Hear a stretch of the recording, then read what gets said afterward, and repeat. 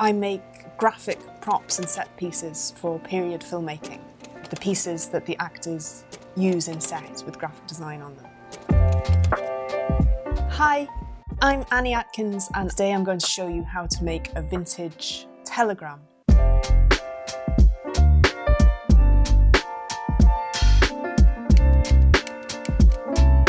So to start this exercise, we're going to find a real vintage telegram from the mid-century, and we're going to use that as our source material to copy. We're going to go into Adobe Photoshop, and we're going to start our page layout and our typesetting digitally.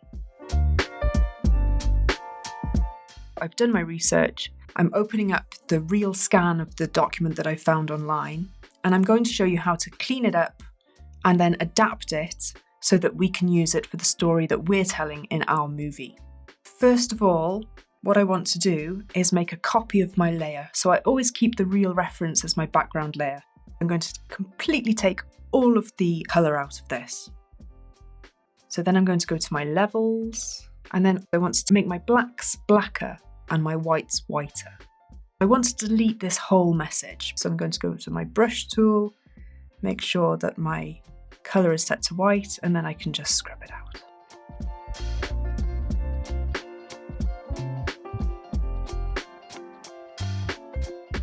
You can see that some of the line is missing. We want to put that line back in.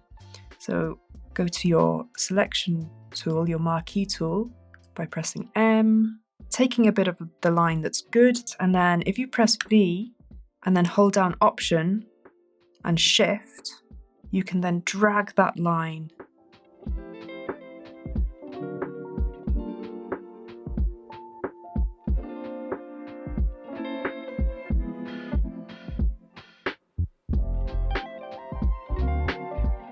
So to write our message, what we want to do is look at the original message.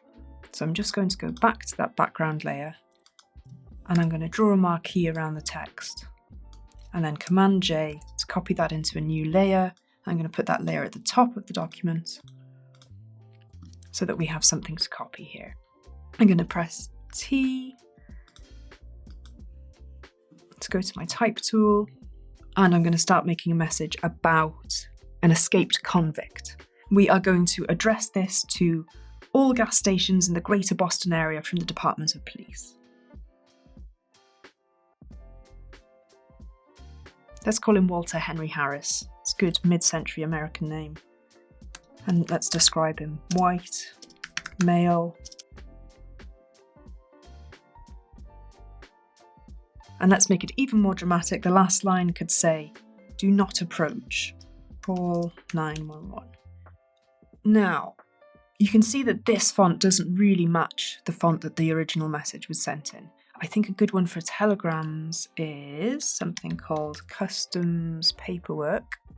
One thing that the old font has is it's a much more condensed type style. It's narrower and taller, and I think we can get away with stretching it a tiny bit. So I go Command T to go to the transform tool, and then if I hold down Shift while I stretch my text box, and I'm going to give it a little bit more space by holding down Option and pressing my right arrow.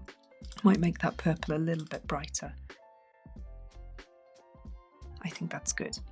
Then we can delete. So we're going to print our letterhead onto a kind of yellow paper, and we're going to print our message onto a paper that's a little bit whiter.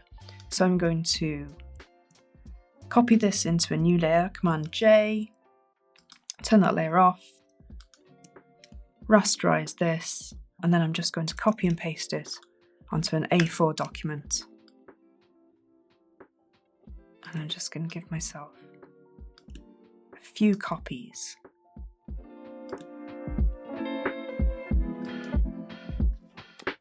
Now I have all my pieces printed for the telegram, and you can see that I have them printed on two different types of paper.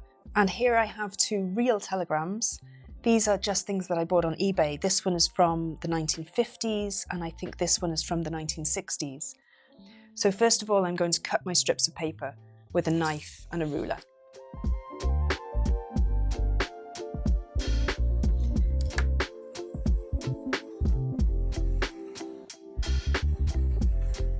So now that I have all my strips cut, I now just need to trim them down to make them shorter, but I'm not going to cut them, I'm going to rip them because they would have been ripped back in the 1950s when these things were made. So I'm just going to rip my edges off.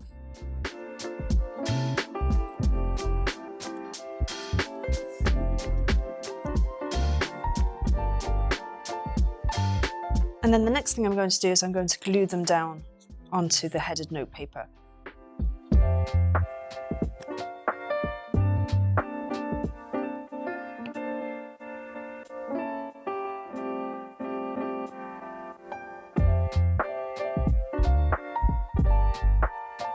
And I'm not going to be too careful about getting them too straight.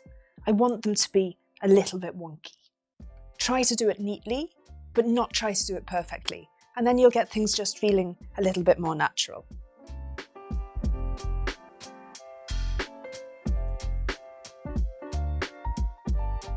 When we compare our telegram to the references, one thing you'll notice is the references look much older.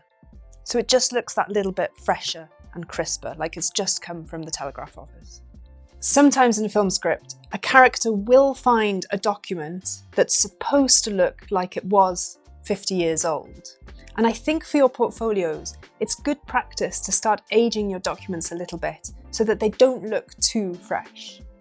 In my Domestika course, I'm going to take you through this process and show you how I make movie props look aged. I hope you'll join me there.